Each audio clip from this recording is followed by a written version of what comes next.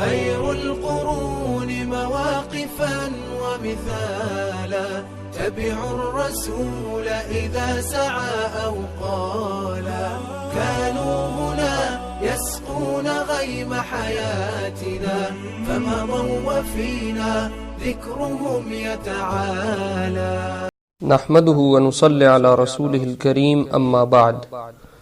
محترم سامعین، السلام علیکم ورحمۃ اللہ وبرکاتہ۔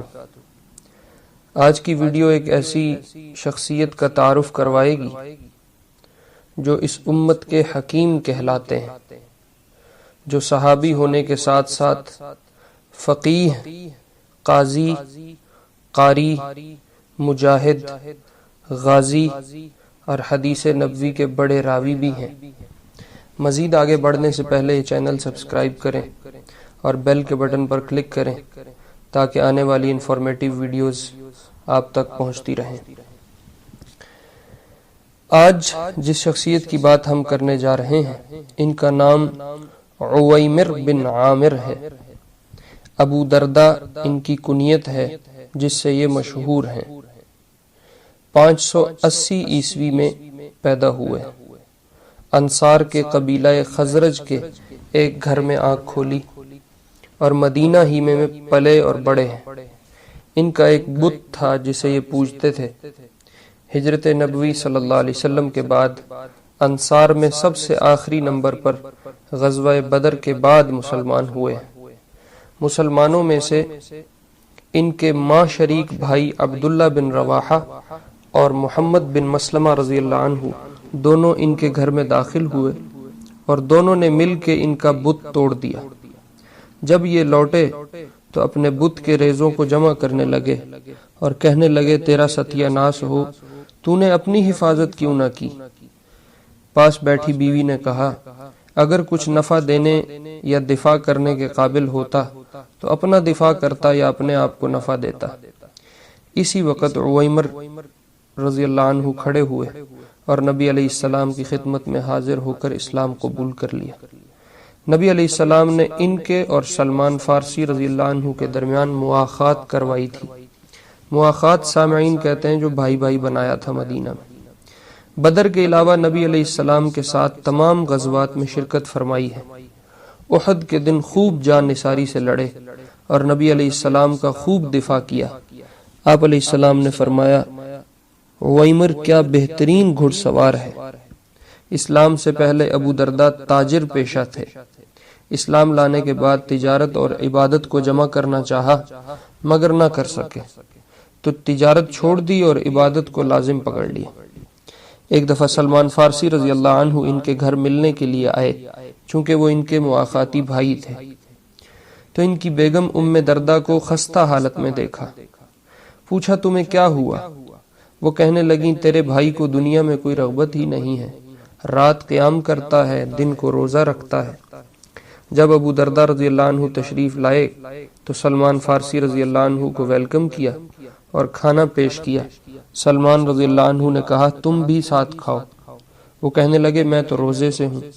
سلمان فارسی رضی اللہ عنہ نے کہا میں تجھے قسم دیتا ہوں کہ تو روزہ توڑے گا اور تو میرے ساتھ کھائے گا۔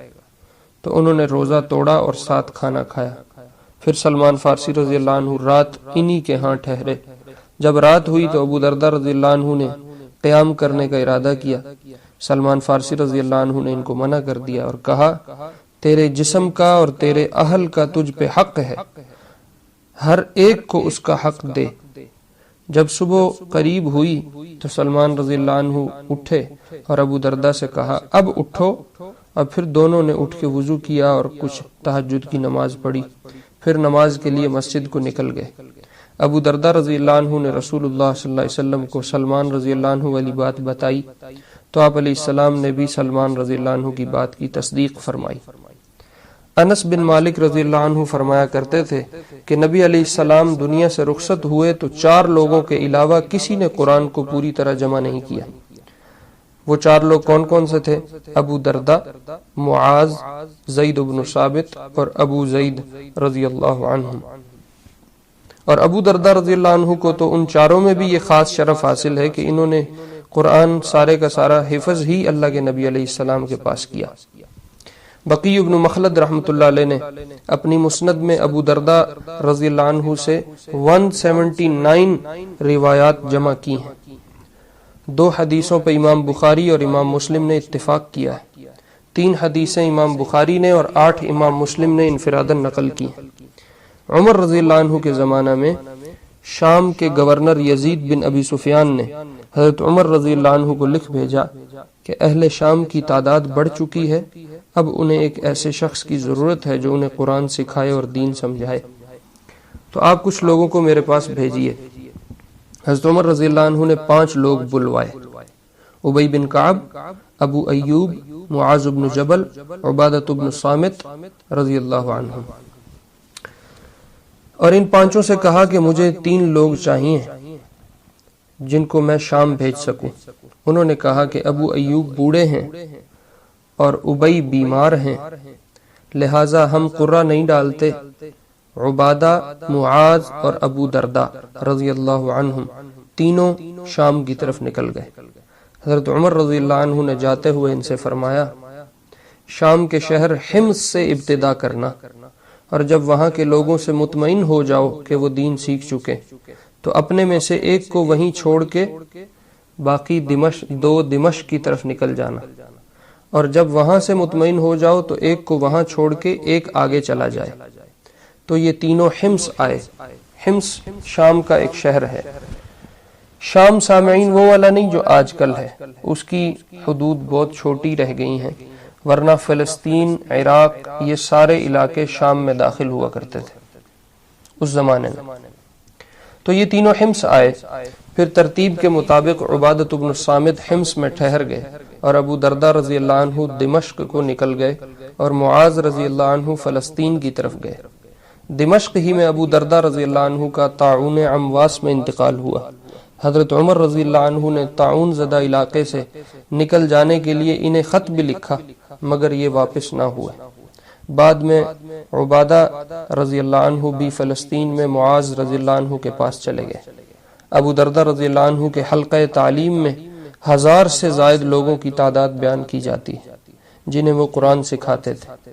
معاذ بن جبل رضی اللہ عنہ نے انتقال کے وقت وصیت کی کہ اگر علم چاہیے تو 4 لوگوں سے ملے گا، عویمر ابو درداء جو ہیں، اور سلمان فارسی جو ہیں، اور عبداللہ بن مسعود اور عبداللہ بن سلام جو یہودی سے مسلمان ہوئے تھے رضی اللہ عنہم۔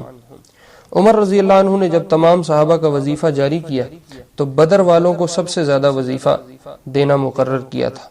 ان میں سے ہر فرد کو 400 درہم وظیفہ دیا کرتے تھے، اور ابو درداء رضی اللہ عنہ حالانکہ بدر میں شریک نہیں ہوئے، لیکن حضرت عمر رضی اللہ عنہ ابو درداء کو 400 درہم دیا کرتے تھے۔ عثمان بن عفان رضی اللہ عنہ کی خلافت میں معاویہ رضی اللہ عنہ نے ابو درداء کو دمشق کا قاضی مقرر کر دیا تھا۔ ان کو رسول اللہ صلی اللہ علیہ وسلم نے حکیم هذه الامہ کا خطاب دیا تھا کہ یہ میری امت کے سب سے زیادہ حکیم آدمی ہیں۔ جسم نہایت خوبصورت، ناک اٹھی ہوئی، شربتی آنکھیں، داڑھی اور سر میں خضاب لگاتے تھے جس کا رنگ سنہرا ہوتا تھا، لباس عربی پہنتے تھے اور سر پہ ایک خاص قسم کی ٹوپی رکھتے تھے، اور امامہ باندھتے تھے جس کا شملہ پیچھے لٹکاتے تھے۔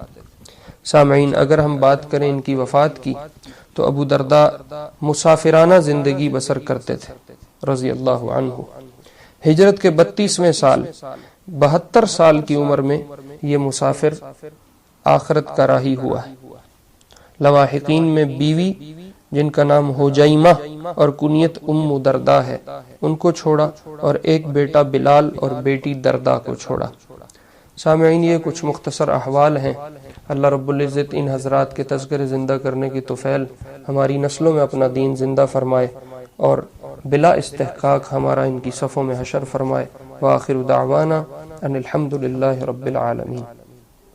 قدوة للسالك أقمار ليل حالك، هم قدوة للسالك أقمار ليل حالك، تنجي من المهالك وهم منارات الوفا، تنجي من المهالك وهم منارات الوفا.